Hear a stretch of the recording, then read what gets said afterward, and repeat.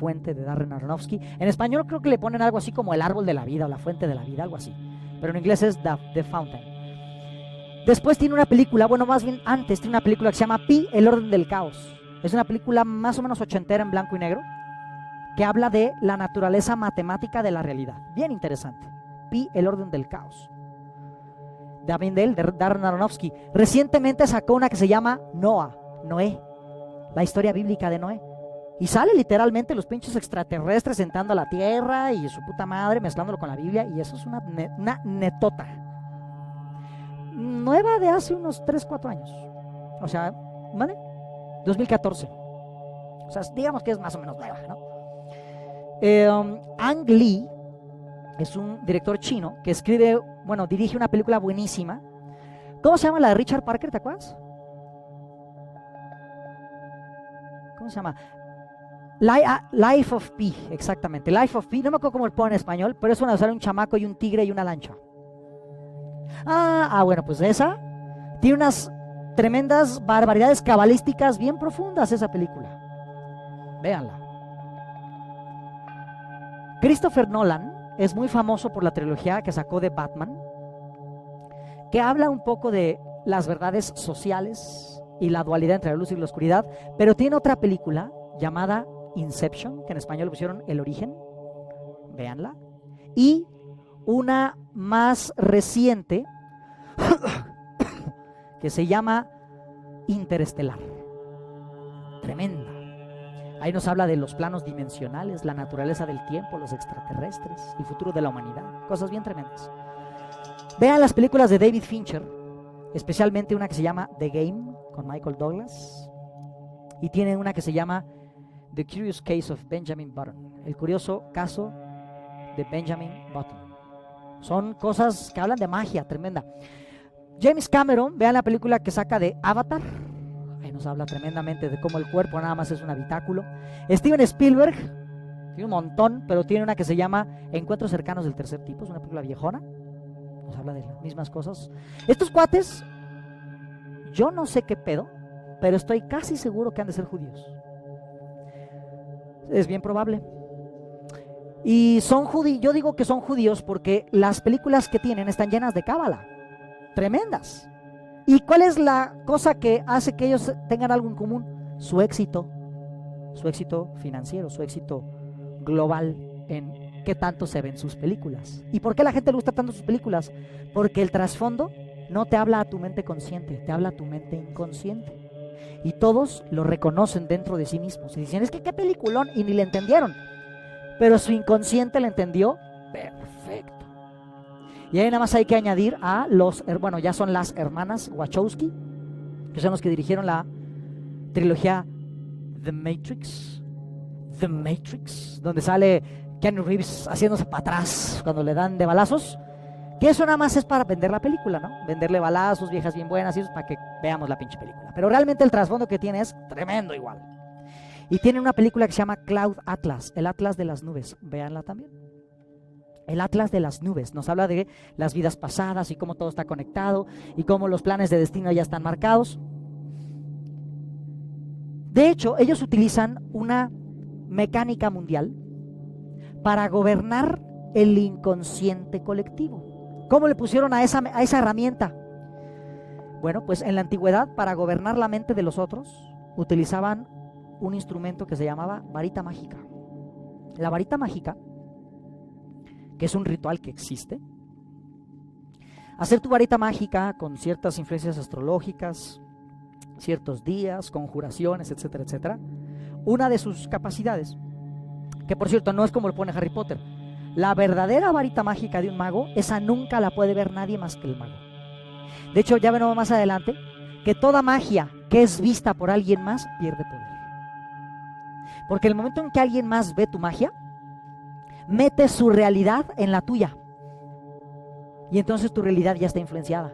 Tu magia pierde poder. ¿Y las varitas mágicas de qué estaban hechos? De maderas consideradas sagradas. ¿Y cómo se dice madera sagrada en inglés? Madera wood. Sagrado Holly. ¿Y cómo se llama la empresa que utilizan ellos? Hollywood. Y Hollywood es la varita mágica con la que gobiernan el inconsciente colectivo a través del cine. En el cine nos ponen una representación que aparentemente está destinada para el entretenimiento y con lo que hacen es sembrar en la gente ideas, fenómenos, resultados. Una de las cosas que han hecho durante mucho tiempo es hablar verdades mágicas a medias, ponerle en una película super, hiper, mega, re, archi, requete, punta, fantasiosa, para que la gente crea que cuando alguien llega y dice, uy, ¿sabes qué? Es que mira, existen los extraterrestres, el gobierno nos está dominando a través de ciertas empresas, los gobiernos realmente son una mamada, hay fuerzas más allá de lo que vemos. ¿Qué hace que la gente diga, ay, esas cosas son de las películas? ¿Cómo puedes creer eso? No, hombre, eso es, ya viste demasiado el cine. Esas son cosas para entretener a la gente. Entonces se llama campaña de desinformación. La información la ocultan detrás de un velo de entretenimiento para volverla inválida. Y eso es lo que hace Hollywood. Hablarnos verdades a medias, mezclarlas con boobies grandes, balazos y así, para que todos digamos, ah, eso es del cine. Otra película que está hablando muchas verdades bien ocultas son las películas de Marvel, ¿no? Esas cosas del tercer acto y de las gemas del infinito y de un ser multidimensional que quiere acabar con la mitad de la puta población para guardar el equilibrio. Y todo eso realmente son cosas que sí están pasando, pero las ponen a través de los cómics para que, pues, son verdades que medio confundimos. Y entre que lo usan para desinformarnos o algunos lo usan para informarnos sin que los maten, llegamos a los cómics. Los cómics yo los considero como el tarot del inconsciente colectivo. Nos hablan de dónde estamos, qué está pasando, qué es lo que ha pasado y qué es lo que va a pasar, mezclado en historietitas. Tenemos a dos autores muy importantes. El primero se llama Mike Mignola. Mike Mignola escribe y dibuja, es de los primeros que escribe y dibuja un solo cómic que se llama Hellboy, del cual acaban de sacar una nueva película. Las películas anteriores eran buenas, Guillermo del Toro las dirigió, esta está medio chafonzona, pero la verdad es que en el cómic de Hellboy, el cómic original en inglés de Hellboy, está cabrón. Número uno, te enseña que no necesitas ser un buen dibujante para contar una historia tremenda. Número dos, habla de exactamente lo que está pasando en el planeta, seres extraterrestres que quieren volver a entrar y la llave es un güey que vive aquí, que es una dualidad entre la luz y la oscuridad, y utiliza ciertos conjuros en sumerio. De hecho, su nombre verdadero, Anungunrama, el nombre de Hellboy, es un nombre sumerio. Y los dioses que están esperando que él los traiga a la tierra con esa mano de piedra que tiene, son dioses sumerios, precisamente, que están viendo la tierra desde ¿dónde? Desde órbita. Lo ponen en términos de cómic para que digamos, son jaladas, pero no son jaladas. Y hay otro señor que se llama Jim Starlin, que él no es dibujante, pero él escribió la trama de los cómics de un personaje cósmico que se llama Thanos, que es el villano de estas películas, un güey morado que tiene barbilla como de escroto y que está muy mamado, ¿no? Ese Thanos, aunque ahorita en los cómics, digo, en las películas, lo ponen así muy hollywoodense, en los cómics de Thanos son tremendamente espirituales. Yo los tengo casi todos y todos te hablan de geometría sagrada, te hablan de las fuerzas de la luz, de la oscuridad, de los extraterrestres, la relación que tienen los extraterrestres con los humanos, qué es lo que quieren en el planeta Tierra. Y todo eso lo pone Jim Starlin en forma de cómic, ¿verdad? Y hay otras dos películas que les recomiendo, que también hablan de lo mismo, Transcendence y Lucy, son dos películas interesantes. Y hablando de los güeyes que nos ponen las cosas en novela, así como para que creamos que son jaladas, pero que nos dan verdades ocultas debajo de eso, los tienen aquí varios novelistas. Número uno, Julio Verne. Eso de viaje al centro de la Tierra, la vuelta al mundo, etcétera, etcétera, son cosas que a él sí le pasaron. Julio Verne fue elegido por la diosa naturaleza para dar un mensaje importante a la Tierra. Pero ¿qué pasó con Julio Verne? Que fue ignorado en su tiempo, murió y todo lo que la diosa naturaleza le dijo se fue con él. Y la diosa naturaleza, que en este momento está emputada, esa diosa naturaleza que los romanos llamaron Gea, que otros han llamado Gaia, Maya, Mater, Pachamama, Tonantzin.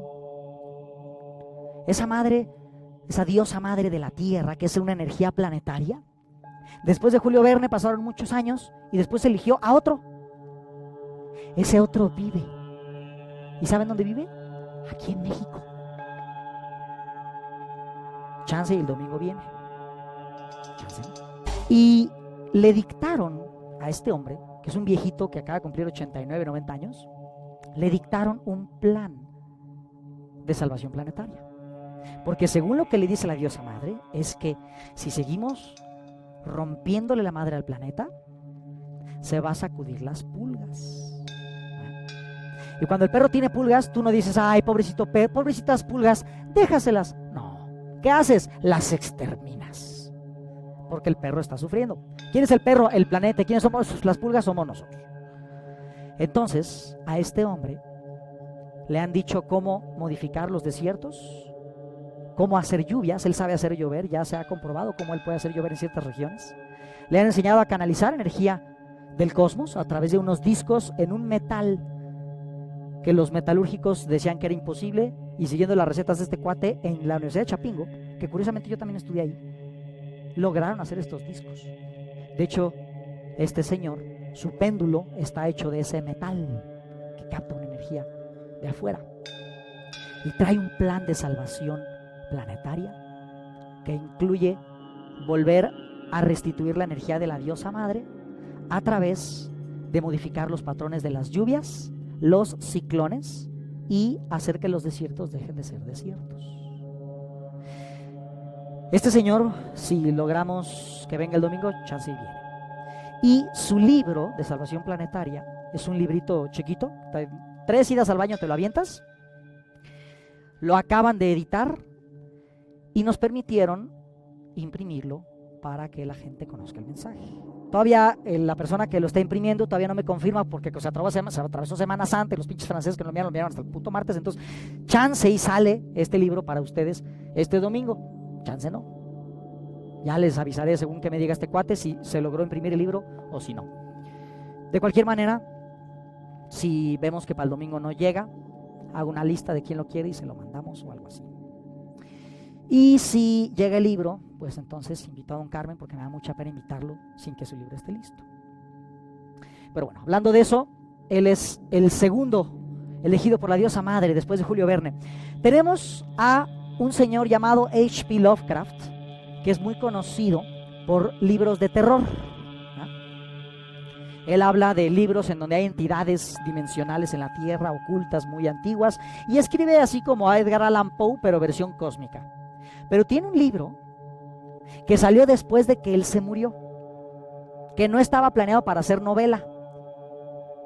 Salió porque él se los dio a sus amigos antes de morir y les dijo, oigan, les voy a dejar aquí unas netas, salud, ahí se lo leen luego. Años después lo editaron y lo vendieron, y este libro se llama El Necronomicon. Y el Necronomicon contiene en sus páginas los rituales para invocar a los mismos seres que en el cómic Hellboy trata de que no lleguen a la Tierra. Y esos seres no son ni más ni menos que extraterrestres intentando regresar al planeta para volver a hacer sus redes. Y esas invocaciones las pueden leer en el Necronomicon. Y bueno, este señor H.P. Lovecraft deja en sus libros conocimiento bien antiguo, conocimiento que viene de Babilonia, nada más que lo pone a forma de novela de terror. Y logró, porque cualquier persona que le guste el terror sabe perfectamente quién carajos es H.P. Lovecraft. Él hizo una figura que es de la cultura pop, que se llama Cthulhu. Cthulhu es un ser gigantesco con una barba hecha de pulpo. De él tomaron ese personaje que en la película Piratas del Caribe sale un güey con cabeza de pinche... Bueno, pues esa es una representación de Cthulhu. Cthulhu es un demonio. Y en esas novelas se los pone así como personajes ficticios, pero no son ficticios. Después tenemos a Aldous Huxley. Él fue un contactado y fue un estudioso de la teosofía. La teosofía es una de las doctrinas espirituales que estudian cosas de hace mucho tiempo. Y él lo puso a manera de novela.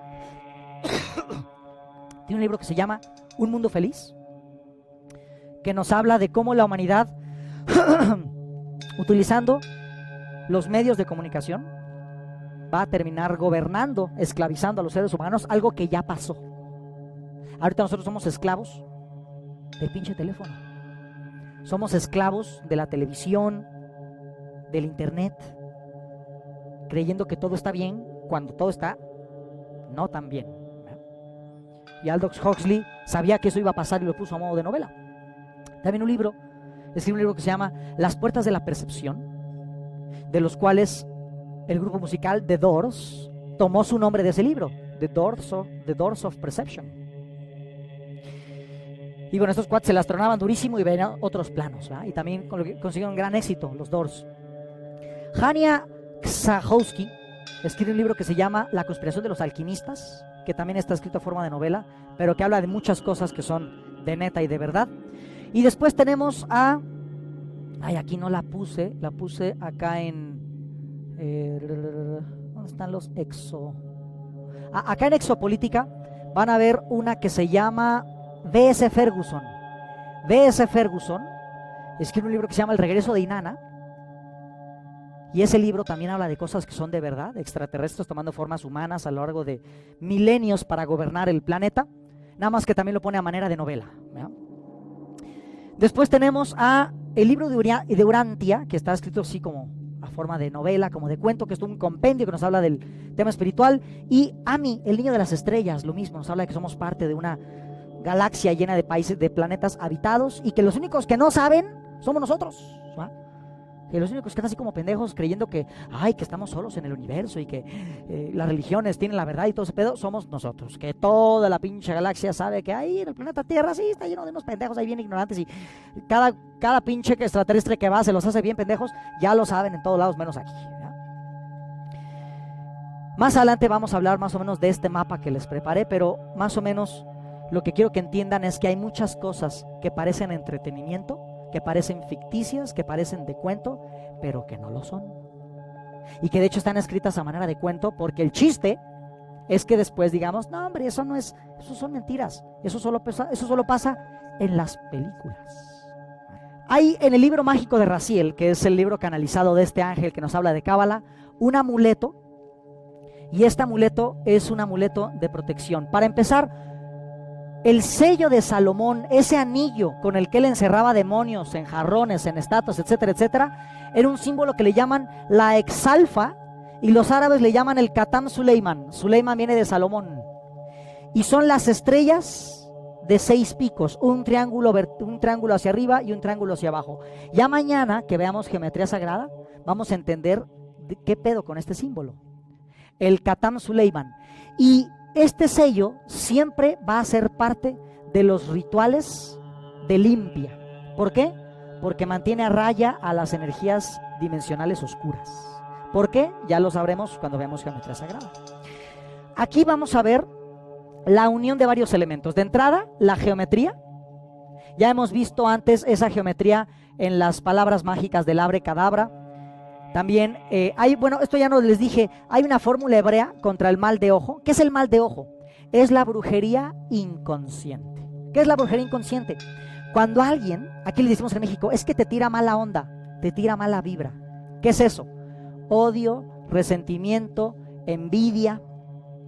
Cuando una persona siente esas emociones y te piensa, te está sintonizando a ti a través de tu energía con esas frecuencias. Es decir, te está embrujando sin que ella se dé cuenta. Se le llama la mirada fascinadora o el mal de ojo. La persona que por estar pendiente de ti, por estarte viendo, te está sintonizando con algo bajo. Y vamos a ver varias fórmulas para protegerse de eso, pero una era la fórmula del Shebriri. Este código en hebreo se colocaba en plaquitas metálicas o en pergaminos o en pedacitos de cuero, se escribía o se pirogrababa, y eso se llevaba en el cuerpo contra el mal de ojo. Por supuesto que, ¿cómo se llevaba? Oculto. Vamos a ver que muchas magias se llevan ocultas. Las magias de protección de casa se ocultan, porque si se ven, pierden efecto. Ya lo estaremos viendo varias veces. En este amuleto de Raziel vamos a ver que las inscripciones hablan de lugares y de entidades. En las esquinas tenemos los 4 ríos del paraíso, que en realidad sí existieron. En la historia nos los hablan como el Tigris, el Éufrates, ¿cómo se llaman los otros dos? El el Nilo y hay otro. Ahorita se me olvida. Pero son los 4 ríos que según la Biblia circundaban el Edén. ¿Qué significa eso? Que el Edén sí existe. Y que el Edén es un lugar. Y que ese lugar todavía existe en la tierra. De hecho, la palabra Edén viene del sumerio Edín, que significa el lugar entre los ríos. Y está en la zona que el día de hoy conocemos como el Golfo Pérsico. Ahí estaba el Edén. ¿Qué era el Edén? Era un laboratorio donde hicieron a quién, al Adamu. Y Adamu, ¿qué significa? El molde perfecto. Ahí crearon genéticamente al primer ser humano, a ese que expulsaron del Edén porque aprendió el conocimiento. Todo en la Biblia tiene cosas que son verdades, pero están ocultas a través de una metáfora. Y vamos a ver que la Biblia judía no es más que la copia de historias que previamente ya se habían contado. ¿Quién las contó? Pues los que vivieron antes de los judíos. ¿Y quiénes son esos? Los sumerios. Historias que fueron contadas 1000, 1500 o hasta 2000 años antes de que fuera escrita la Torá o el Viejo Testamento. Aquí tenemos los 4 ríos del paraíso. Adelante tú y todo tu pueblo detrás de ti. Es decir, este pantáculo te protege a ti, ¿verdad? Y aquí en el anillo tenemos los nombres de entidades a los cuales se invoca para la protección. A los primeros moldes, Adán y Eva, a los primeros ángeles, Lit, Catziel, Senoa, Sansenoa y Samangelov. Y dice, confío a sus ángeles, o sea, de la entidad luminosa, confío a sus ángeles la misión de protegerte para que te acompañen. Amén, Selah. Ya veremos que amén no es una palabra católica, aunque la ponen, es la última palabra de la Biblia, de hecho, del Nuevo Testamento, termina con amén. Pero amén es el honor a un dios egipcio llamado Amón. Y mientras que los sumerios ponían el nombre del dios al que adoraban antes, como Nabucodonosor, Asur, Banipal, etc., los egipcios lo ponían al final. Tutankhamón. Aken, Atón. Atón era otro dios. Amón, etcétera, etcétera, etcétera. Vamos a ver que se colocaban amuletos para todas las cosas. Aquí tenemos un amuleto para los negocios. Este amuleto se coloca debajo de donde se recibe el dinero para atraer abundancia. Y en muchos amuletos vamos a encontrar estas 2 siglas que también significan amén. ¿Qué significa? Tan cercano a Dios. Representan la sigla 99 por sus números que representan en la gematría cada letra un número. La suma de amén da 99. Curiosamente, los musulmanes, así como los hebreos hablan de los 72 nombres de Dios, los musulmanes hablan de los 100 nombres de Dios. Nada más que de esos 100 solamente se revelan 99. El último nombre de Dios está oculto. Muchos dicen que es Alá, pero otros dicen que no es Alá. Aquí entramos con un tema que es bien interesante, que son las protecciones colectivas. ¿Qué es una protección colectiva? Es un pantáculo o un talismán que sirve no para proteger una casa o una familia, sino una región, una raza o una ciudad. En la antigüedad, todas las ciudades tenían algo que se llama Palladium. Y Palladium no es un antro en Acapulco. Palladium es un sistema de protección para la ciudad. Y en los Palladiums habían escritos invocaciones a ángeles, ¿verdad?, nombres de la divinidad, el nombre de la ciudad. Y bueno, en este caso, que este es el Palladium de Jerusalén, estaban los nombres de cada una de las 12 puertas de Jerusalén. Es decir, se protegían las entradas a la ciudad. De hecho, se dice que la única manera en la que una ciudad podía caer en la antigüedad era, primero que nada, robando, destruyendo o cancelando su Palladium. Se dice que para que Troya pudiera caer, lo primero que hicieron los que se metieron en el caballo de Troya fue tronar el Palladium. Para que París o Londres se incendiaran o cayeran bajo invasiones vikingas hace 1000 años, 1200 años, primero destruían el Palladium de Panam o Paraisis, que se llama París, de la capital del reino de Francia, o también en Londuin, lo que conocemos ahora como London o Londres. Jerusalén tenía su Palladium, Ur, Nínive y todas esas ciudades tenían su Palladium. Un Palladium es una protección colectiva. Y aquí vemos otro elemento que es la figurita que hacen las estrellas. Están tratando de imitar algo con cuernos. Muchos Palladiums, la manera de protegerte contra algo era poner ese algo en el mismo Palladium. Ejemplo, en las ciudades egipcias, los Palladiums no eran tanto contra los demonios o dioses de otras tierras, sino eran contra los animales venenosos. Entonces ponían Palladiums con forma de escorpiones y los escorpiones no entraban a la ciudad. Ponían Palladiums en forma de pájaros que a veces eran plaga y los pájaros no entraban a la ciudad. En la Biblia lo mencionan. Hubo una vez que en el desierto mordieron a todos los pinches israelitas y para que se curaran, ¿qué hicieron? Una estatua de una serpiente. ¿Qué significa eso? Que para que no te afecte lo que te afecta, te pongo un poquito de lo que te afecta. ¿Cómo se le llama eso? Principio vacuna.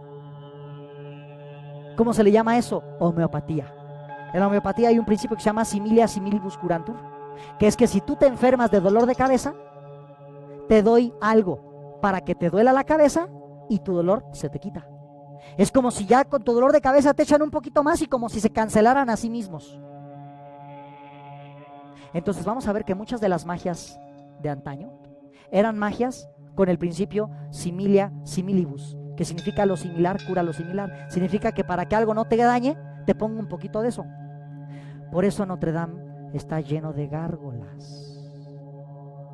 ¿Qué son las gárgolas? Son seres demoníacos. Entonces le ponen unas gárgolas porque es una homeopatía. Es un templo protegido de los demonios. ¿Guardado por quién? Por los mismos putos demonios. Estos Palladiums nos hablan de un principio que se llama sintonizar información a través de la forma. Por ejemplo, hay un Palladium, un pantáculo también de los hebreos, que es el pantáculo Hashem. Este pantáculo es para evitar los desastres. ¿Y qué aparece en su imagen? Una estrella cayendo. Representaba el Merashim. De hecho, en hebreo ahí está escrito Merashim. ¿Qué es eso? Infortunio, que el cielo se caiga. En el tarot vamos a ver varias cartas en donde las estrellas parece que se están cayendo.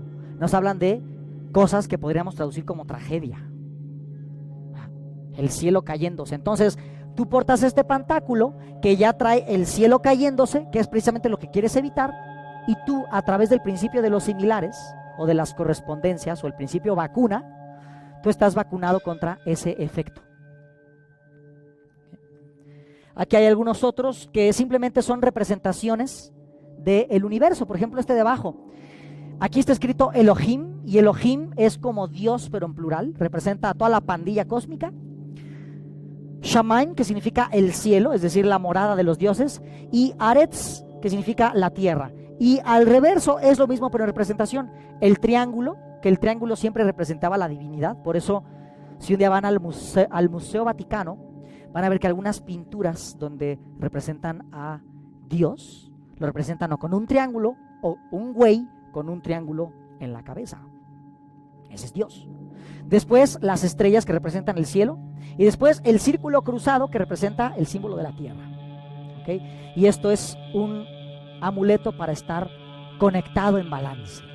Y esto es para evitar los infortunios. Este Hashem, esta estructura de un triángulo para arriba dentro de un círculo con símbolos en las partes blancas, es un símbolo que vamos a utilizar cuando hagamos el ritual radiónico de manifestación, que es escribir en tu altar lo que tú quieres que suceda, y vamos a escribirlo en un gráfico muy parecido a este, que es un pantáculo hebreo, el pantáculo del Hashem. Ya lo veremos más adelante. Tenemos otros amuletos que se les llaman propiciatorios. Lo propiciatorio, en palabras llanas, sería que Dios te haga el paro, para que Dios diga, ay, pobrecito, sí te echo la mano. Los amuletos o talismanes propiciatorios son para estar en contacto con la divinidad. Bueno, aquí algunos estaban en formas de lugares del cuerpo. De hecho, los egipcios, para curar zonas del cuerpo, a veces hacían órganos de arcilla, en la forma del órgano, y de manera simbólica operaban a la persona operando el órgano de arcilla. Uno de los amuletos más comunes en la antigüedad era la mano de gloria. Lo van a encontrar en cómics de Hellboy, lo van a encontrar en películas, en donde hay una mano que tiene fuego. En vez de vela, utilizan una mano que tiene como pabilos para vela, porque también se decía que utilizar partes de cuerpos muertos tenía gran poder mágico, lo cual es cierto. Por eso guardar ceniza de gente muerta, pues si nosotros guardamos ceniza de alguien muerto, es 1, porque vamos a hacer una magia negra perrona, o 2, porque la estamos haciendo pero no nos estamos dando cuenta. Por eso las cenizas de los muertos no son para guardarse en la casa. No, pues hay que barrer la casa también, ¿no? Para que no quede el pelo. ¿A qué te refieres? ¿Que se quedó con el pelo de alguien muerto? La pregunta ¿es para hacer nigromancia? La nigromancia o la necromancia es el arte de comunicarte con los muertos para hacer pactos o para llevarlos a hacer actividades que tú necesitas. ¿Ok? Entonces, pero no es para hacer nigromancia. ¿Y para qué es entonces? Bueno, yo te recomendaría que a esa persona le des paz. Porque mientras tengamos todavía eso de ese muerto, salud, el cadáver astral de la persona no puede desintegrarse de manera adecuada. Y entonces está sintonizado con tus sufrimientos, tus pesares, tus angustias. Y eso es lo contrario a descansar en paz. ¿Okay? Porque por eso hay muchos magos negros que se meten a los panteones para sacar ¿qué? Osamentas. ¿Por qué? Para hacer rituales. Hay un ritual tremendo que es tocar las notas de la muerte, utilizando como flauta un hueso de mujer. Y en tu nombre tocan una tonada para que te mueras. La práctica que vamos a ver de cazafantasmas, que es el fuego del ritual ódico, vamos a utilizar un poquito de tierra de panteón. ¿Saben dónde estaba viendo hace poquito? Que hacían unos rituales que son de verdad, pero los ponen ahí en la tele así nomás. Hay una serie nueva de Netflix que es un remake de una de hace tiempo que se llama Sabrina la bruja adolescente. Bueno, pues puta madre, pone cosas que son de verdad ahí. Ahí estaba mi hermana viéndola y yo estaba diciendo, no mames, y ahí está en el Netflix, cabrón. Pues ahí está. Me prestan un échale.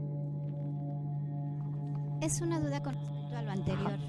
De que guardan las cenizas. En el caso de los bebés, ajá, se guardan el ombligo, se guardan los dientes cuando se les van cayendo. Mientras esté viva la persona, ¿también tú la tienes retenida? No, si la persona está viva, el problema sería utilizar o esos dientes o ese tejido para hacerle brujería, porque ahí sí te lo atoras. Pero si la persona está viva y hay un pedazo guardado para guardar las células madre por la operación que va a tener después o algo así, no pasa nada. El problema sería guardar algo de alguien muerto. Ajá, ya, si tú lo sigues manteniendo. Mira, es que depende qué cosa. Tejido, ese al panteón, para el descanso en paz del cadáver astral. Objetos, depende. Uno se puede comunicar con los muertos porque hay dos formas de conectarse con los planos superiores, vamos a llamarles. Una cosa se llama evocación y otra cosa se llama invocación. Son cosas diferentes. Lo voy a decir después, pero de una vez ya que estamos ahí en el tema.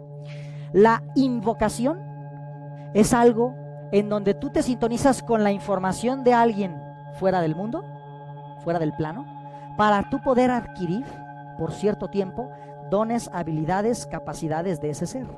Las invocaciones son bastante positivas, ayudan para nosotros sintonizar campos de información, para hacer curas transgeneracionales. Por ejemplo, yo aquí tengo a 2 de mis tíos y son para invocar una habilidad o un don. Eso no va a molestar a una conciencia de alguien, porque tú ya no estás trabajando con su conciencia, trabajas con una información de ese ser. Y otra cosa distinta se llama evocación. Y la evocación, esa sí es para atraer la presencia astral de una entidad, desde un muerto, desencarnado, custodio, etcétera, etcétera, hasta un ser vivo astral. ¿Y qué es un ser vivo astral? La cosa a la que sí les recomiendo que le tuvieran miedo. Un ser vivo astral es una entidad fuera de este plano que tiene su propia agenda, tiene sus propios deseos, se maneja por cuenta propia y algo va a querer de ti. Entonces las evocaciones siempre se hacen en círculos de sal para que la entidad no se salga de ahí, porque si se sale del lugar que le evocaste y le evocaste en tu casa, te chingaste. Las evocaciones son para atraer una presencia en tiempo real.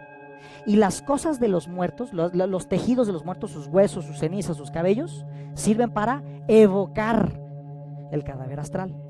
Y eso, desde donde lo veamos, no es positivo. Las invocaciones, que es utilizar objetos de esa persona, etcétera, etcétera, no son para traer a la persona, es para traer información, dones, capacidades, historias, ciclos, etcétera.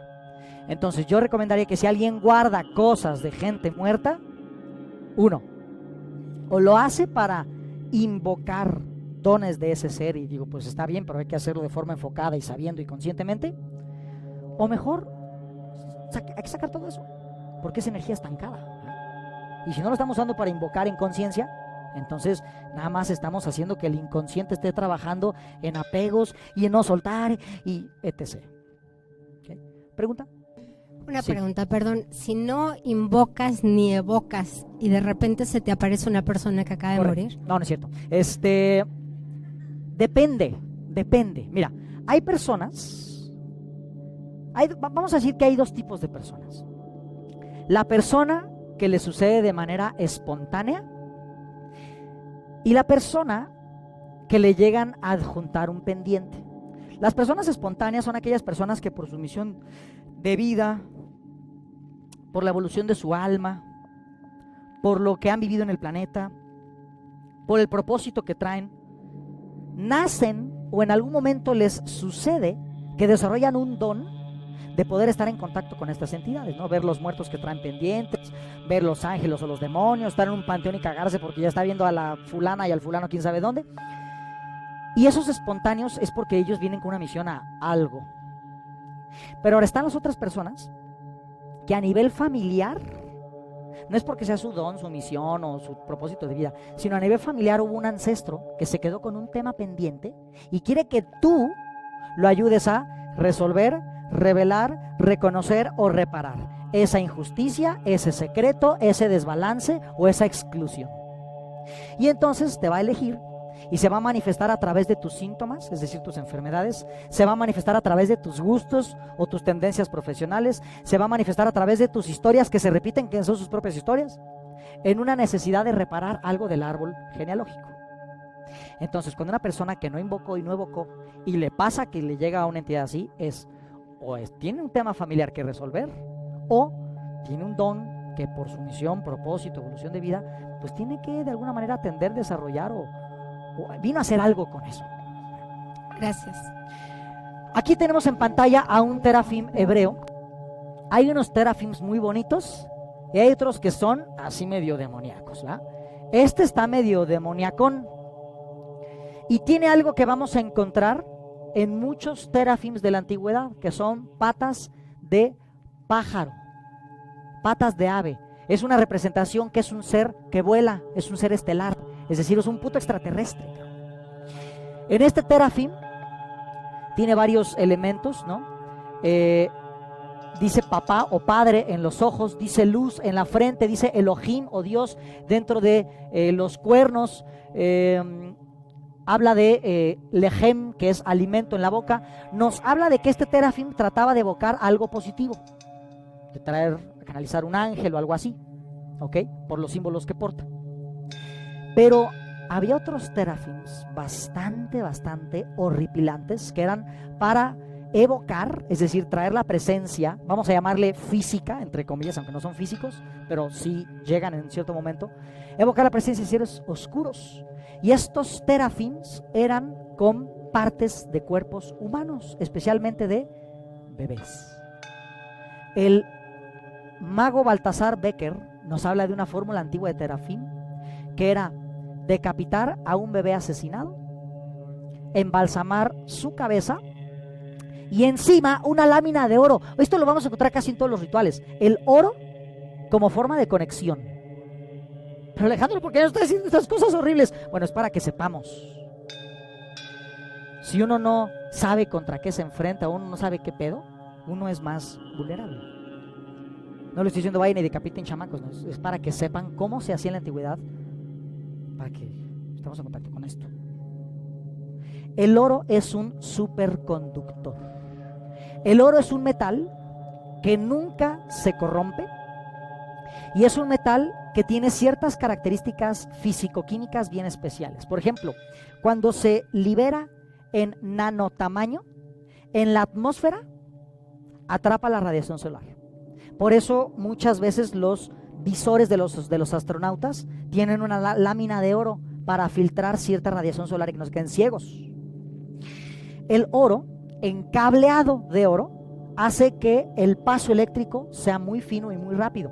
Por eso hay muchos dispositivos que tienen pequeños mecanismos o chips que en su interior contienen oro. Y el oro también en su versión monoatómica, es decir, nanooro, ingerido por el ser humano, activa ciertos centros energéticos. Antes había un oro monoatómico llamado el hormus, que era hacer oro, pero en un líquido, y lo tomaban los faraones y los sacerdotes egipcios. ¿Para qué? Para ya no necesitar una tablilla y comunicarse con los dioses, sino estar en contacto con el universo todo el tiempo. Por eso, el oro nunca fue una moneda. Aquí en América, cuando llegaron los españoles, dijeron, no mames, ¿cuánto oro? ¿Dónde lo encontraban? En los templos. Porque no era para canjear.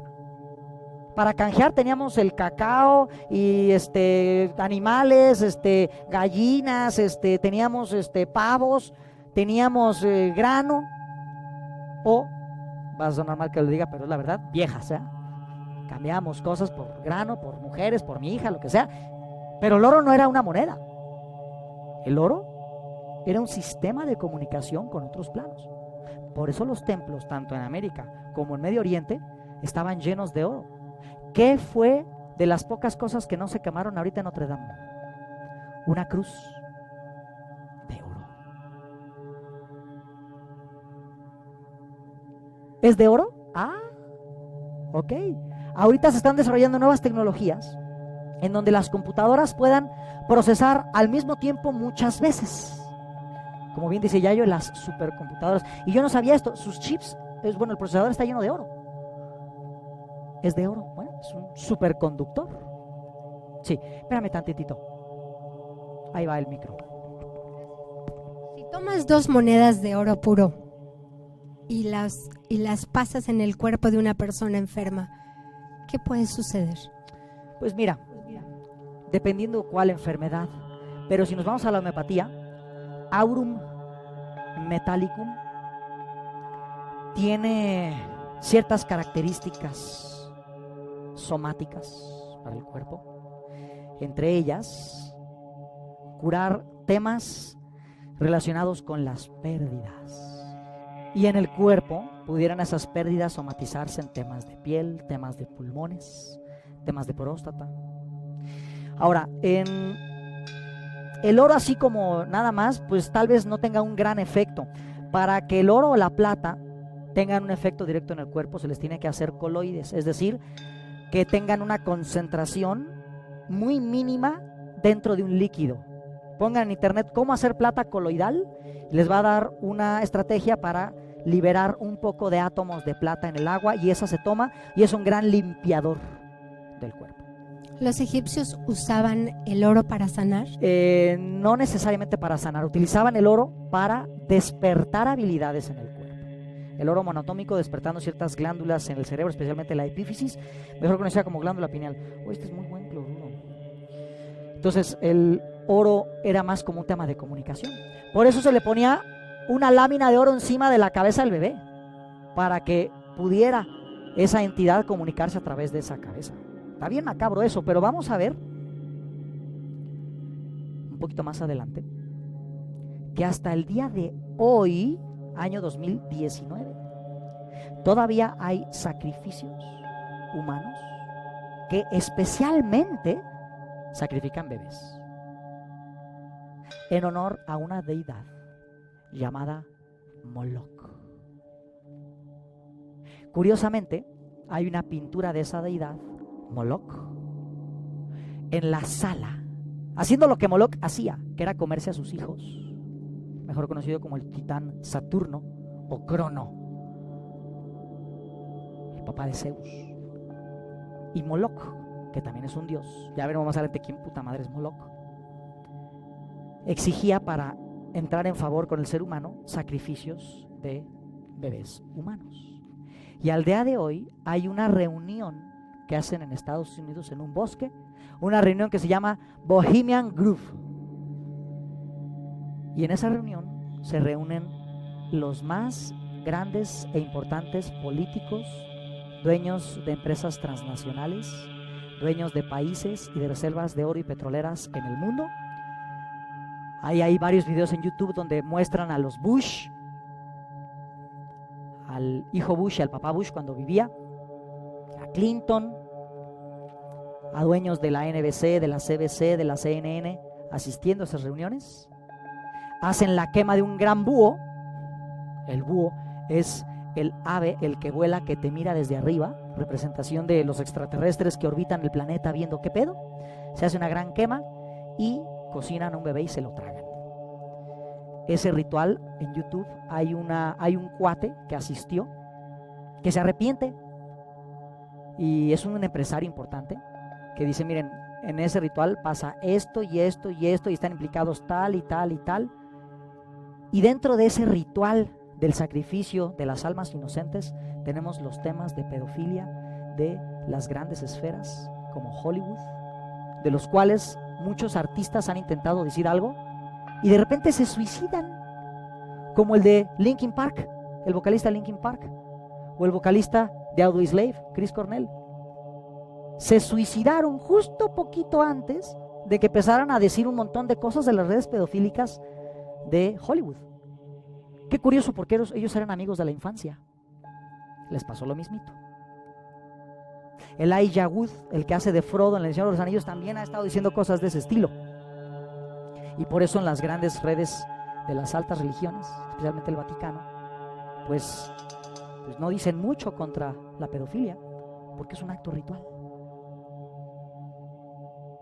Claro. Por eso salió ahorita hace poquito en el Facebook el cardenal Humberto Rivera diciendo, no, pues de la pedofilia también los niños tienen culpa. No seas mamón, ¿de qué estás hablando? Estamos hablando de una verdad encubierta. Estamos hablando de rituales. Y esta pintura de Moloch está en la sala de muchas familias, que son las familias que gobiernan al mundo, especialmente los Rothschild, los Morgan, los Rockefeller. Tienen pinturas de Moloch comiéndose a sus hijos en sus salas, hablando de que ellos son adoradores de Moloch. Por eso, en algún conjuro que vamos a ver el domingo, que es el conjuro para limpiar ya sea una persona o una casa, el conjuro termina diciendo, retírate Moloch, nosotros no te daremos a nuestros hijos para que los devores. Aquí tenemos una lista de los animales que pueden ser nuestro tótem. ¿Qué es el tótem? Es la energía de la madre naturaleza protegiéndote, ayudándote y guiándote a través del arquetipo de un animal. Y uno se puede conectar con la madre naturaleza conectándose con alguno de sus hijos, que son estos animales. Y ese animal simboliza, se conecta con una información que es para ti. No lo sé, pero cabe la posibilidad que tal vez el búho es tu animal tótem, está en la lista de los animales de aire. Y entonces puede ser que se presentó en tu casa a manera de protección o de recordatorio de que la madre naturaleza está contigo. Esa es una de las posibles explicaciones. La otra es que un pinche Anunnaki te está diciendo, mira, te estamos viendo, aquí estamos. Los golems mencionados en la Biblia y en libros de Cábala son simplemente teraphins que cobraban vida. Y no es que cobraran vida, es que los hacían de un material especial para que el demonio, el genio o el ángel que los habitaba inclusive pudiera moverse. Los famosos golems no eran más que teraphins.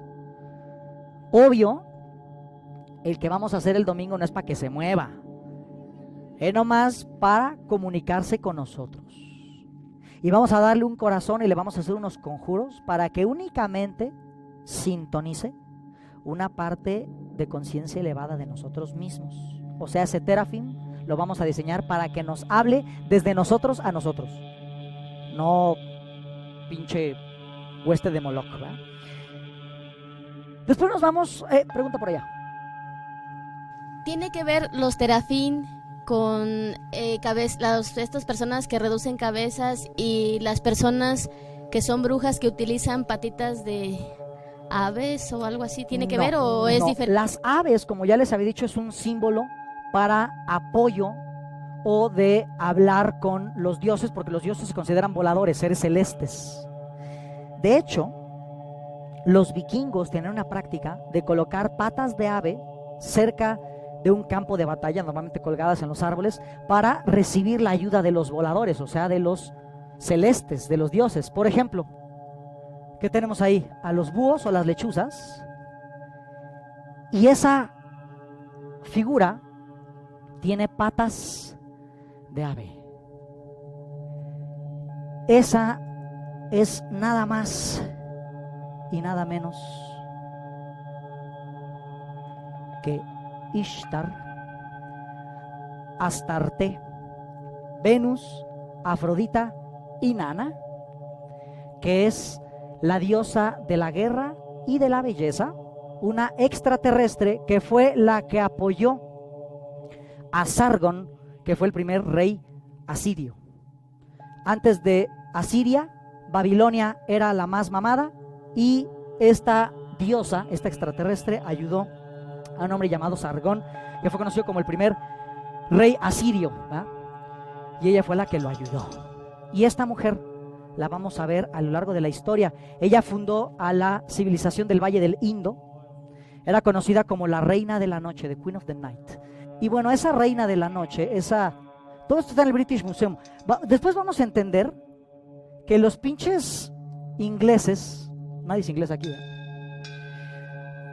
Los pinches ingleses, todavía no eres inglesa, todavía no te casas con ese hombre. Los ingleses se metieron a todo el puto mundo a saquear las reliquias. En el British Museum, en el ala de las culturas precolombinas, me encontré algo que me gustó y me ofendió al mismo tiempo. Acá está. Bueno, esto está en cultura sumeria. Y digo, tienen hasta momias egipcias, los digo sus puta madre. Pero tienen esto que un día fuimos a Chiapas. Esta representación también la vamos a ver en el mundo, que es la serpiente de la cual sale el hombre, o el hombre luchando con la serpiente, otra es la serpiente, porque la serpiente es un ícono, el ícono serpentino, la iconografía serpentina, que nos habla de la presencia de esos otros seres, ¿verdad? Seres dragón o seres serpientes. Y aquí, bueno, esta placa, una vez fuimos a Yaxchilán, que es aquí en Chiapas. Para llegar a pinche Yaxchilán tienes que meterte en una pinche lancha jodida y meterte allá a la selva donde los moscos te pican y los changos gritan y no sabes si están a aventar o es el señor de la lancha que te dice que quiere cobrar más o no sabes qué pedo. Llegas y los templos o las casas mayas tienen nichos en donde si había guía te decía, bueno, pues había ya una placa de piedra donde revelaban una verdad de los dioses, no sé qué, pero pues la quitaron. ¿Quién la quitó? Pues los güeyes que financiaron la expedición.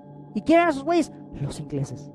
Y esta placa que debía de estar en Yaxchilán, me la encontré en Londres, ahí metida en un museo que ni cobra.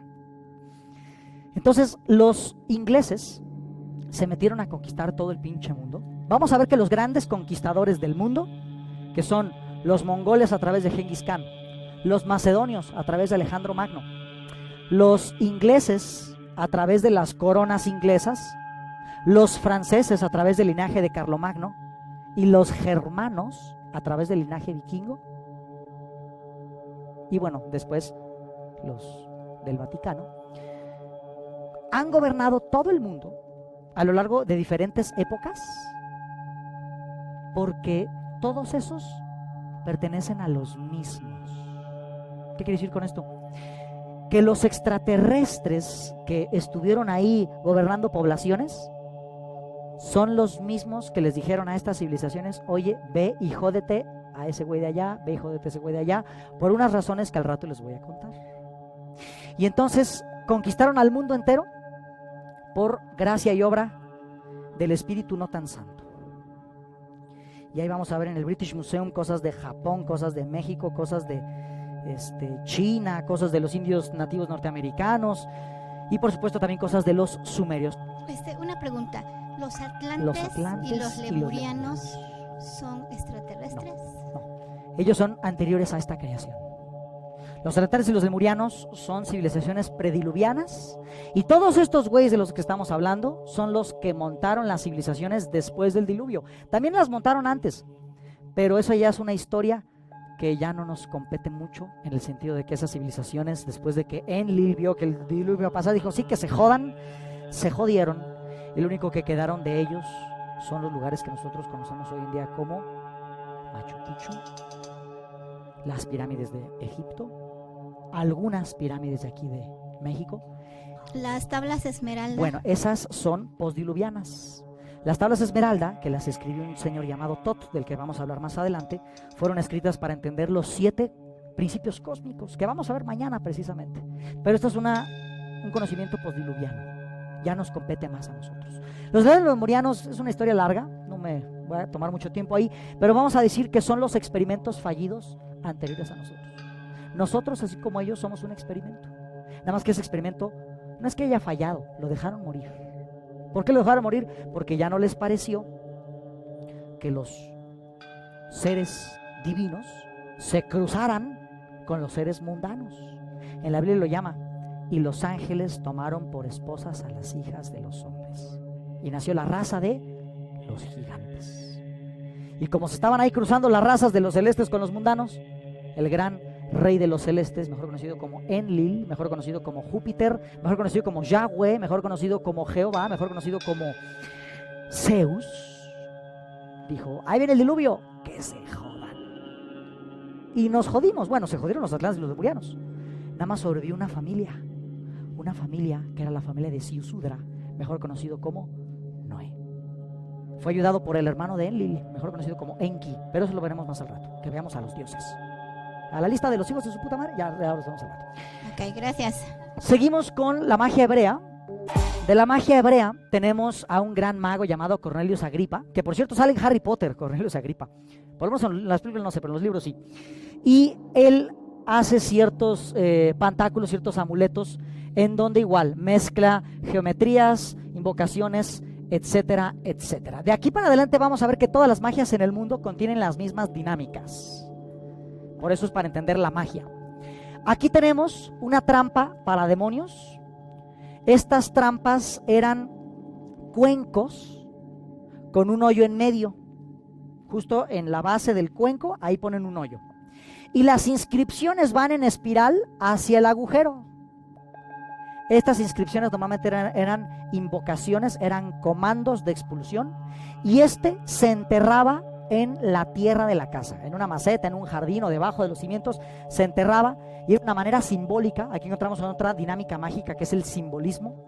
Simbolizaba que cualquier energía interferente iba a seguir los comandos de las instrucciones hasta escaparse por el agujero. ¿Y de dónde iba el agujero? De regreso a la tierra. Es decir, es una manera de transmutar lo negativo de regreso a la tierra y deshacerse de ello. Los cuencos de trampa. Vamos a utilizar algo muy similar, sin la necesidad de las inscripciones. Lo vamos a utilizar para el ritual de fuego ódico, que es para sacar desencarnados de una casa, o sea, Ghostbusters. Tenemos los talismanes de Sisica. En los talismanes de Sisica vamos a encontrar los mismos elementos, invocaciones en círculos, pero aquí vamos a encontrar ya personajes famosos. Uno de los personajes famosos se llama Salomón. Se dice que Salomón es temido por cualquier energía demoníaca porque fue el único humano que, de hecho, se decía que era un humano que en su condición de humano fue ascendido a ángel. Por eso se termina con On, Metatrón, Salomón. Y este hombre ascendido a ángel fue el único que podía mantener a raya hasta los más grandes poderes la oscuridad. Ya los veremos más al rato, especialmente a un señor, un Dark Lord llamado Asmodeo. Asmodeo y sus huestes fueron los que construyeron varios templos. Por eso Salomón tenía templos para los demonios. Él hizo un templo para Moloch, Salomón. De hecho se dicen las malas lenguas hebreas, que Salomón antes de morir fue condenado por la luz, porque empezó a utilizar las fuerzas de la oscuridad para fines egoístas. Y por eso se dice que permitieron que los demonios le robaran su anillo y perdiera mucho de su poder, y a partir de que él murió, el imperio de Israel se vino abajo un tiempo, porque la cagó utilizando las fuerzas del mal. Y aquí en las medallas de protección muchas veces colocan a Salomón. ¿Por qué? Porque imagínate que tú eres un demonio y ves el símbolo del güey que se ha puteado a tu estirpe durante miles de años, dices, no mames, ahí ni me meto, ¿verdad? Ahí está Salomón. Hay varios grimorios. Los grimorios son libros de magia antiguos, y uno de los más famosos grimorios se llama Las Clavículas de Salomón. Nos habla de rituales de protección y de exorcismo. El primer exorcista de la historia se considera Salomón, el primero que puede hacer que los ángeles, los demonios e incluso los dioses estuvieran ante su mando. Y eso se llama teurgia. La teurgia es la capacidad de poner a los dioses a tu mando. Y el primer teurgo que existió se llamó Salomón. Por eso se le coloca en muchos talismanes para defenderte de las entidades de la oscuridad. Muchas veces lo acompañaban de un ángel llamado Araf, ¿eh? Y lo ponen en muchas representaciones como al arcángel Miguel, que normalmente Miguel está encima de un demonio o atravesando un demonio, o con una lanza amenazando o atravesando a un demonio, simbolizando la luz o el poder del ser humano por encima de las fuerzas de la oscuridad. ¿Okay? También vamos a encontrar un símbolo que más adelante vamos a hablar de él, que se llama el Phtonos. El Phtonos es el ojo que todo lo ve. Es el ojo representando la capacidad celeste de ver todo lo que hay en la tierra. Y bueno, aquí lo ponen atacado por animales que se consideran salvajes, ¿no? Algunos animales salvajes, atravesado por puñales o amenazado por puñales. Esto es una especie de homeopatía, ¿no? Homeopatía, principio vacuna. Aquí tenemos otros símbolos que representan a Salomón sin tener el dibujo, nada más el nombre. Shlomo Hamelech, que es el nombre en hebreo de el rey Salomón. Vámonos con los egipcios. Hasta ahorita, todo lo que hemos visto han sido magias hebreas. Empecé con las magias hebreas, ¿por qué?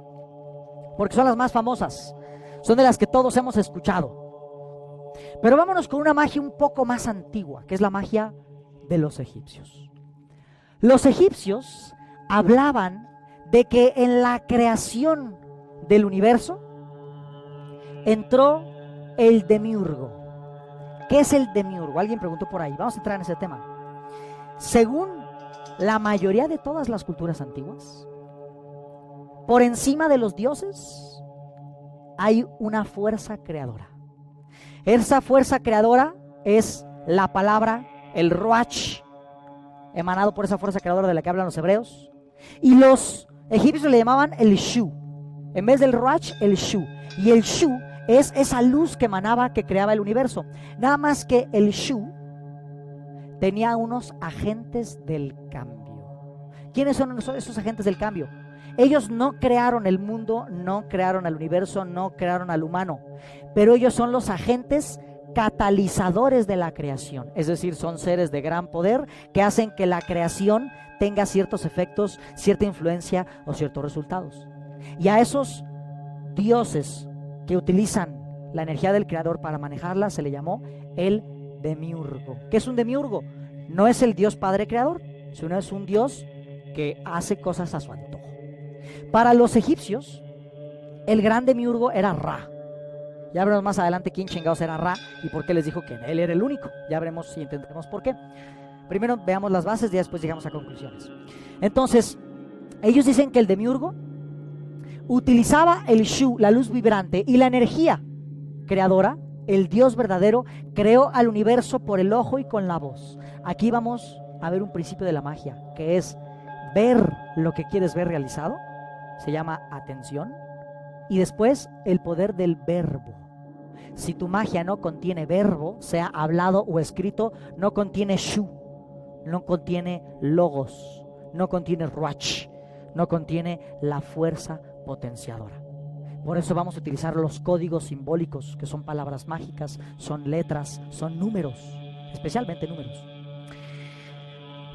Para ellos había dos tipos de magos: magos de la sanación, que eran los Sunu, y magos ya más para temas más raros, que eran los Sau. Y bueno, pues los faraones se colocaban símbolos que eran más que nada talismanes o pantáculos, que hablaban de una unión entre la tierra, que representaba como un bulbo vegetal, y el disco solar, el sol. Y aquel que tuviera los dos era el gobernante del Alto y del Bajo Egipto, la unión del cielo y la tierra. Son pantáculos que simbolizan eventos. Para los egipcios hay un antes y un después. Antes y después de Ra. Antes de la religión de Ra, los egipcios en su primera concepción, en el 3000 antes de Cristo, ellos decían que había muchos dioses: Ra, Horus, Tot, Anubis, Isis, Ta, etc. Pero de repente, más o menos en la misma época que Yahvé les dice a los israelitas: oigan, cabrones, no más yo. Más o menos en la misma época a los egipcios les llega el trip, les llega la idea de que en vez de que haya muchos dioses, no, nada más es uno. Es decir, del politeísmo cayeron al monoteísmo. Egipto e Israel más o menos en la misma época. Después entenderemos por qué. Y desde entonces todos los dioses se decía que no eran dioses, nada más eran personificaciones de Ra. Era Ra disfrazado de otros dioses. Entonces no hay que rezar a los otros, nada más a Ra.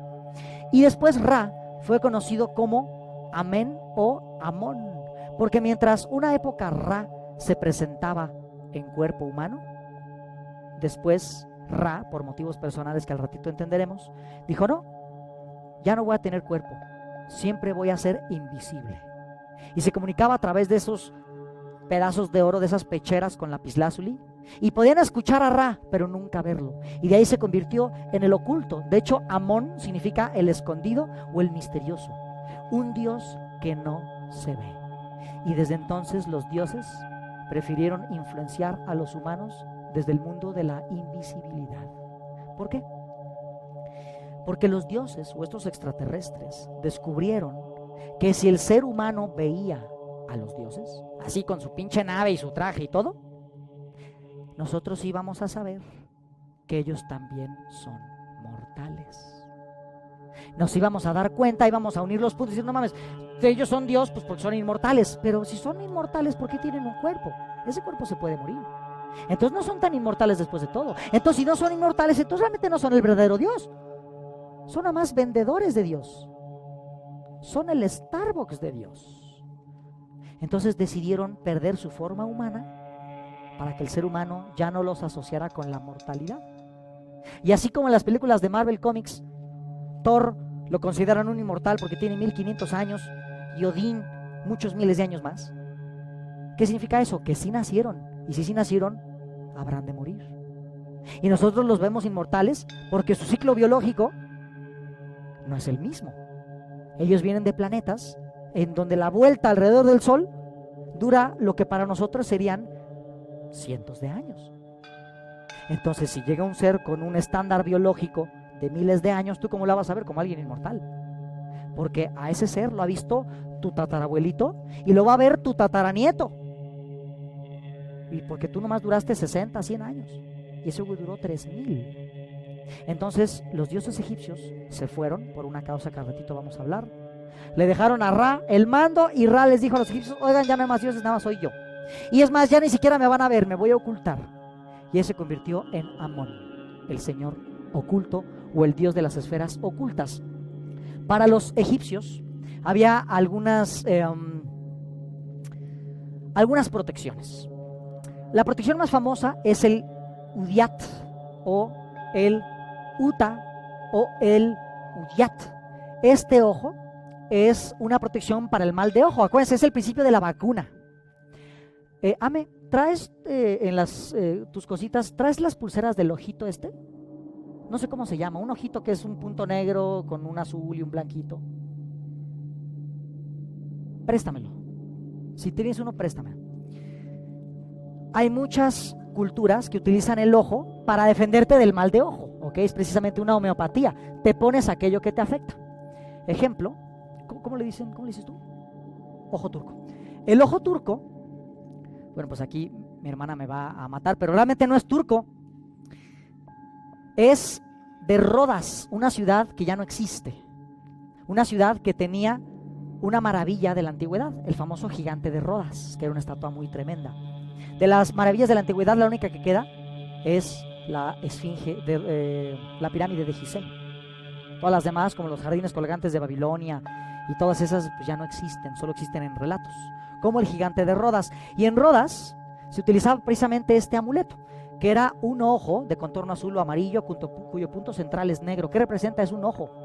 Es un amuleto, una vacuna, poniéndote aquello de lo que te quieres defender, que es la mirada fascinadora, el mal de ojo. Los egipcios utilizaban el ojo de Horus, ¿verdad? El Udiat. Y las mujeres, para evitar problemas de la reproducción, se ponían una escultura que representa la vagina de Isis, la vagina de la Madre Divina. Cualquiera diría, pues es como un monito. No, no es como un monito. Si lo ves bien. Entonces, había otros que eran un poquito más salvajes. En Persia sacaban ojos de ovejas, también en algunos otros lugares ojos de lobos, que servían más o menos para lo mismo. Aquí hay algo bien interesante que está escrito en el libro de los muertos en Egipto. El dios Ra, al nacer, le fue dado su nombre por su padre y por su madre, pero lo mantuvo en secreto para evitar que lo forzaran a la obediencia. ¿Qué nos están diciendo? Que inclusive el Dios de dioses puede estar bajo tu control si conoces su nombre.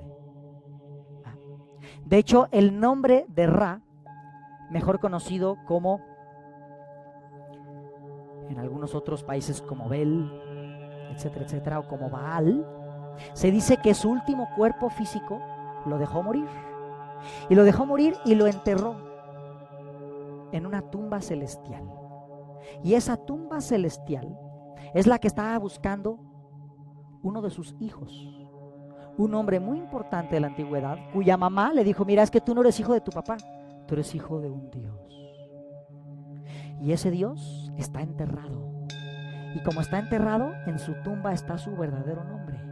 Y si aprendes su verdadero nombre, entonces desde el plano espiritual te va a ayudar para que tú gobiernes el mundo entero. Y ese hombre recorrió todo el mundo que antes existía, todo el mundo conocido, buscando la tumba de este señor.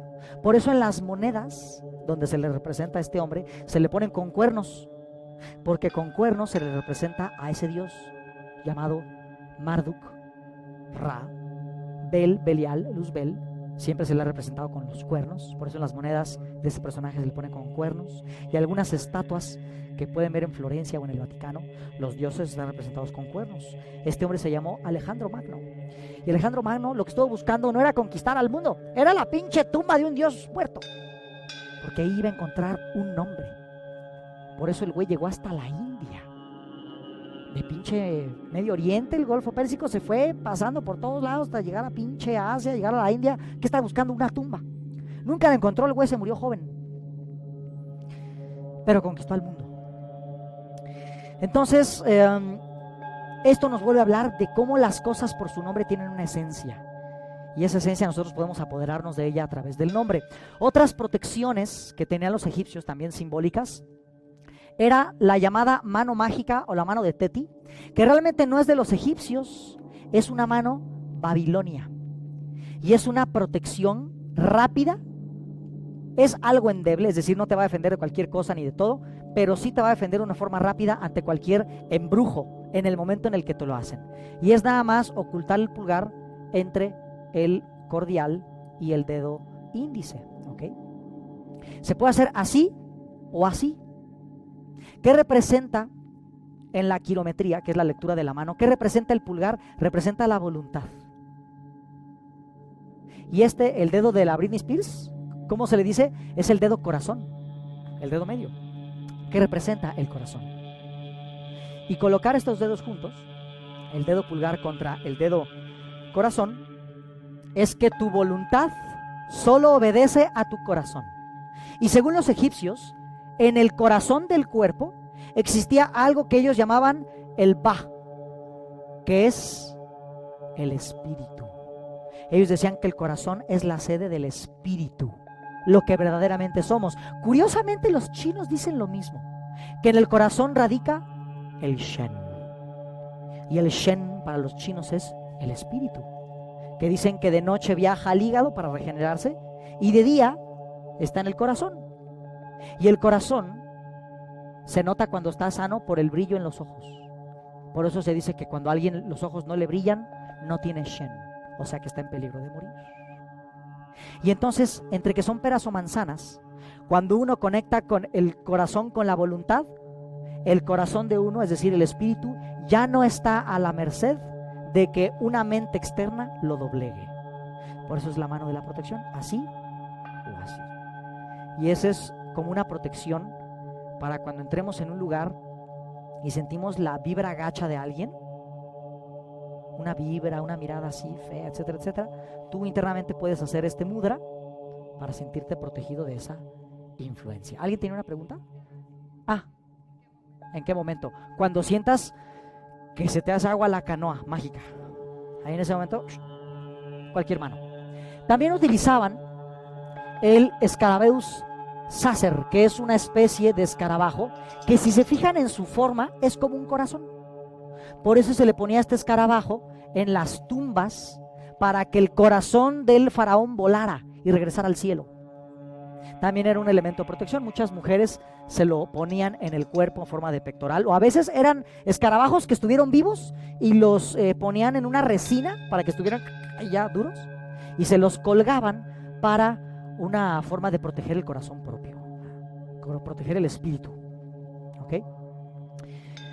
Dentro de los egipcios también los pictogramas representaban ciertas cosas, y para cancelar una instrucción, es decir, para cancelar un conjuro que estuviese en pictogramas, los pictogramas se tachaban. Los egipcios también tenían sus propios ángeles, sus propios genios. Ahí tenemos varios nombres que después los convierten en demonios de otras religiones. Por ejemplo, este que se llama Megistos o Mefisto es un demonio bíblico, pero realmente nunca fue bíblico, fue de los egipcios. Nada más que lo transformaron en demonio para demonizar la religión egipcia. Pantocrator también. Pero curiosamente los hebreos toman el nombre de Sabaoth para darle nombre a un ángel. Entonces vamos a ver que todas las religiones están conectadas. El catolicismo, el judaísmo, los egipcios.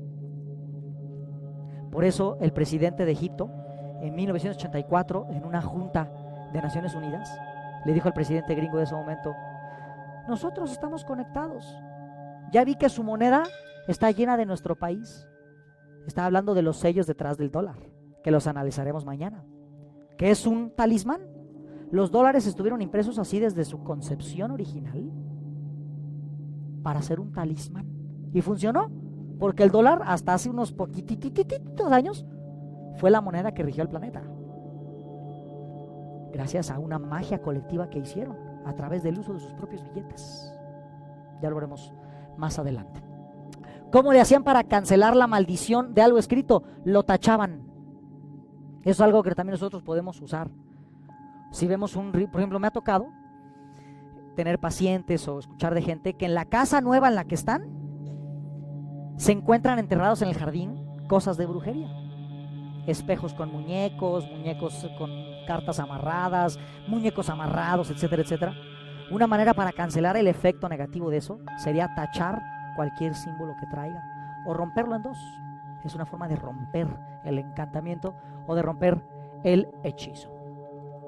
Ahora vámonos con los más antiguos, antes ya para irnos a comer.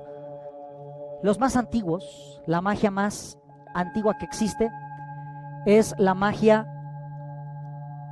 asirio-babilónica, es decir, la magia de las tribus sumerias. Las tribus sumerias son la primera civilización de la que tenemos registro, y esta civilización data del 4400 antes de Cristo. Ellos nos hablan de que, al igual que los egipcios, que decían que había un matrimonio celeste entre el cielo y la tierra, ellos decían que Anshar y Kishar, An, cielo, Ki, tierra, generaron a los primeros dioses. Para ellos los primeros dioses venían en tres. Las triadas de dioses las vamos a encontrar en todas las culturas. Los católicos, ¿cómo le dicen? Dios Padre, Dios Hijo y Espíritu Santo. Si nos vamos con los hindúes, encontramos a la Trimurti: Shiva, ¿cómo se llama el otro? Brahma y Shakti. Si nos vamos con los sumerios, encontramos a la primera triada, Anu, Enlil y Ea, mejor conocido como Enki. Y después, cuando ellos se fueron, dejaron a la segunda, Sin, Shamash e Ishtar. Ishtar la acabamos de ver en las fotos de Londres, la esa con las patas de ave y las lechuzas y las alas. Ella es Ishtar, Istari, Astarte, Inanna, Venus o Afrodita. Los antiguos, todo el Medio Oriente, respetaban a la raza llamada los caldeos. Los caldeos era la estirpe sacerdotal de los babilonios y eran expertos en astrología. Eran conocidos como la raza de los magos en todo el Medio Oriente. Babilonia significa la puerta de Bel, la puerta de Dios. Kar Shamash, que era uno de los edificios más importantes de Babilonia, significa la fortaleza de Shamash. ¿Quién es Shamash? Es un dios que en Sudamérica le llaman Viracocha. Es el mismo, un dios solar, el dios Sol, el dios Shamash de los hebreos o de los babilonios. El dios Asur fue un dios que es primo de estos güeyes, pero que gracias a Ishtar, o una prima de él, gobernó después de Babilonia, que fueron los asirios. El rey de Babilonia se llamaba Elishaku, que es el vicario de Dios. Y ahí tenemos varios nombres destinados para los magos. ¿Esto para qué se los digo? Para que vean que antes la magia no era un mito, no era algo así como que, ay, sí, esas jaladas. Eran la base de la organización social en la antigüedad. Eran los magos, los demás, alto pedo. Ahora ya el mago se le relega al güey del mercadito, ¿no? Al güey de Catemaco. Que ay, a esas jaladas, ¿no? Eso nos han querido hacer olvidar la naturaleza mágica de la realidad. Pero no le pregunten a las grandes élites gobernantes, porque ellos sí son bien creyentes de la magia. Si no, pregúntenle a todos los políticos y a todos los actores de aquí mismo de México. Tienen siempre a su brujito de cabecera. Yo conocí a un brujito de cabecera de los priistas. Él me leyó el tarot, un magazo el tipo. Me dijo, puta, si supieras la cantidad de lana que pagan estos güeyes para que nos chinguemos a los adversarios políticos, si yo por eso me salí. Porque es un tema bien oscuro y bien tremendo. Y ahora más adelante cómo las élites siguen haciendo magia para gobernar el mundo. Y desde antes, eso existe desde el principio de la civilización. Uno de los más grandes rangos en la civilización sumeria era el Mashmashu, que era el mago enviado de Ea o de Enki. De hecho, de la palabra Mashmashu viene la palabra Magu, magia, magic, o mejor conocida como magia. ¿Y qué es la magia? La capacidad de usar la mente para influenciar las dinámicas de la energía, del Shu, del Ruach, y poder cambiar la forma de la realidad física. Eso es la magia, la capacidad de gobernar la realidad física a través de la mente, dominando las dinámicas de la energía. Y antes eran los más respetados en la sociedad. Tenían varios demonios para ciertas cosas, había demonios. Su Freddy Krueger de ellos se llamaba Halulai, ¿verdad? El que te rompe la madre cuando estás soñando. Y sí existía, demonios que se aparecían en los sueños. Los demonios femeninos que gobernaban a los hombres a través de rituales sexuales. Y los más temidos, los menciona H.P. Lovecraft en el Necronomicon, llamado los Maskim. Los Maskim, los demonios de las 7 esferas ígneas. Los demonios que en las películas de Hellboy quieren que Hellboy traiga con la manita que tiene aquí. Si no, vayan a ver la última película que está ahorita en el cine. Y parece que está bien jalada de los pelos, pero tiene un tema verdadero. Ya lo verán cuando vean la película. Pero las películas hay que verlas con una óptica especial, ¿verdad? Hay que saber verlas con un ojo especial. Aquí tenemos magia babilónica, que era poner el nombre de los dioses en, de nuevo, geometrías.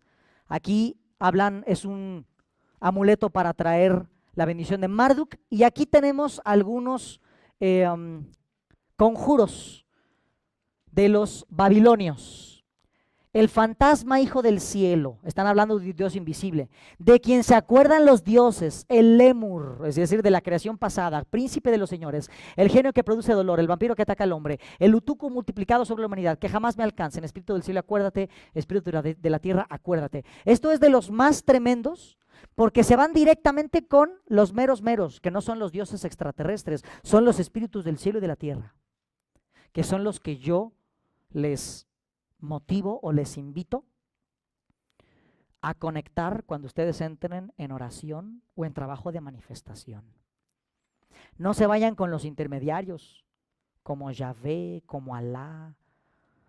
Hasta los que son satanistas, no te vayas con Satán, váyanse con los meros meros, que son las energías planetarias, la Pachamama, la Madre Tierra, el Dios Padre, la causa primera, la luz primordial o la fuente. Es a través de enlazarnos con esos planos de realidad, con los que nuestras oraciones y nuestros milagros se vuelven verdaderamente poderosos. Si no, vamos a tener que hacer un pacto con los intermediarios, como estos güeyes, como Marduk, como todos estos, Shamash, Sin, Nihib, Marduk, Nergal, Ishtar o Nabu. Todos esos, ¿quiénes son? Son intermediarios. Son extraterrestres que nos vinieron con los cuentos de que ellos son los meros meros. ¿Para qué? Para ganar una mochada de la energía de nuestra oración. Aquí tienen los números secretos de estos seres, y son precisamente estos seres los que menciona H.P. Lovecraft en el Necronomicon, que ustedes tienen sus pórticos y sus símbolos en la página 70 y tantos. ¿Ok? Curiosamente, los sumerios, y con esto nos vamos a comer, los sumerios nos hablan de los 4 genios protectores. Para ellos tenían 4 ángeles especiales, que eran los protectores de las 4 direcciones, del norte, del sur, del este y del oeste. Ellos le llamaban el quirub, de ahí viene la palabra querubín, que son una especie de minotauros, es decir, unos toros gigantescos, normalmente alados. Nirgal, de ahí viene la palabra Nergal, que es otro dios, que era un león.